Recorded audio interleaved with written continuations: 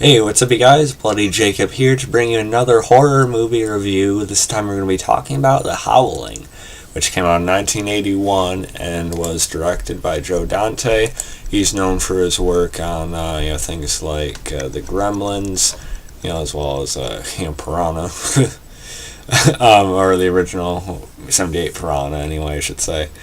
But he's done, of course, obviously done other stuff as well. But anyway, The Howling is another sort of a classic horror movie.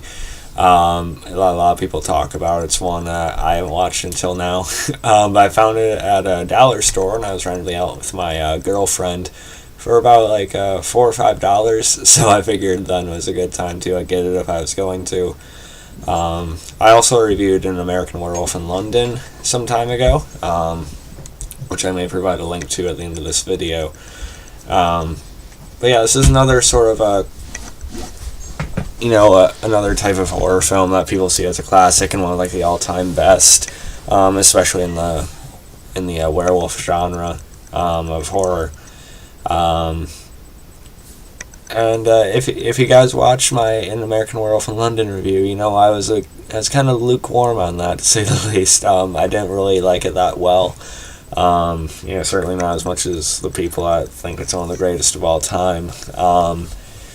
So I was a little bit nervous going into this one, hoping that this one to kind of live up to more of what I've heard about it.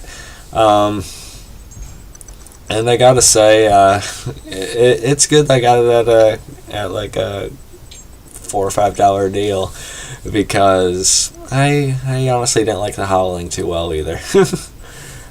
Maybe even less than An American Werewolf in London, I'm not sure. Yeah, probably a little less. Because at least in American Werewolf in London, there are characters that were semi-likable. At least the main character is semi-likable. The actors weren't completely wooden. And there's a moment or two of actual terror, I guess. I don't know. Not sure I'm going to watch that one again either, but still. So maybe I'm a little bit off on that. I'm not sure. But yeah, I just didn't like The Howling that much. Now the plot of the movie, I'll just read a little synopsis here. The film follows a television newswoman sent to a remote mountain resort after a fatal incident with a serial killer, unaware that the inhabiting residents are werewolves. So, she has this encounter with this guy named Eddie, and he's supposedly killed and put down after she sees him transform. But we kind of see it off. She kind of sees it off screen. We don't really see it ourselves as the audience, and she's not sure what she saw. But he's supposedly killed, but we found out later that of course only silver bullets do it. So he ends up tracking her down later. But of course the whole group turns out to be werewolves, as this little secluded society of them that congregate or whatever. So it's kind of a silly premise. It's sort of a half serious, half not, sort of a setup there. There's definitely a slight bit of comedy, maybe not comedy, but satire. I don't know. Excuse me here. Maybe I'm not using the right terms here, but what didn't I like about The Howling? Why didn't I see it as the cult classic horror movie that so many see it as? I don't know. I was never scared. It's rare for me to be scared in a horror movie now, just because of how many I've seen. But when it's a good horror film, there's still moments that make me feel tense or worried or something like that, or I at least appreciate how the atmosphere is in a certain scene or something. With this one, I never really felt that, except for when Eddie confronts Karen, the main female, a little bit into the movie, and we see him transform slowly with his face morphing and everything. It was kind of creepy. There are a couple semi-creepy or unnerving or uneasy moments that almost made me feel a little bit nervous, but it never quite got there. And with that Eddie transforming scene, I was debating whether it was creepy, which it kind of was, or kind of funny, because his face was kind of derpy, which is funny to say, but I didn't laugh or anything, but I feel like if my girlfriend was watching it with me, she would have chuckled. like the effects and material they use aren't bad, but the design is kind of odd at times. And as far as like the werewolf final form, I don't know, it leaves something to be desired for me.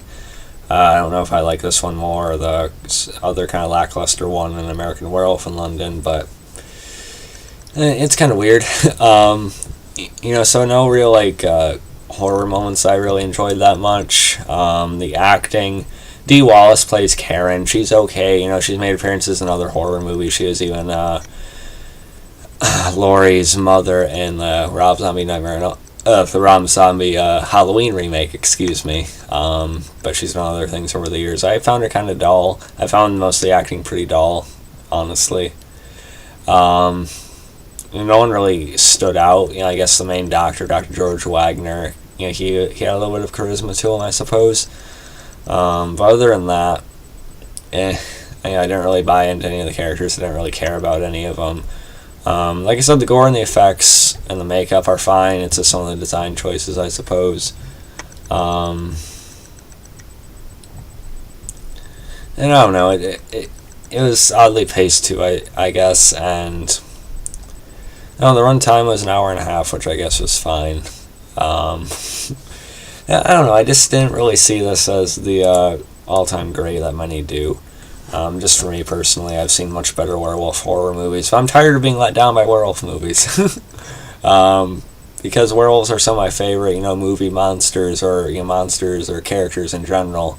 But there are just so many bad ones or lackluster ones.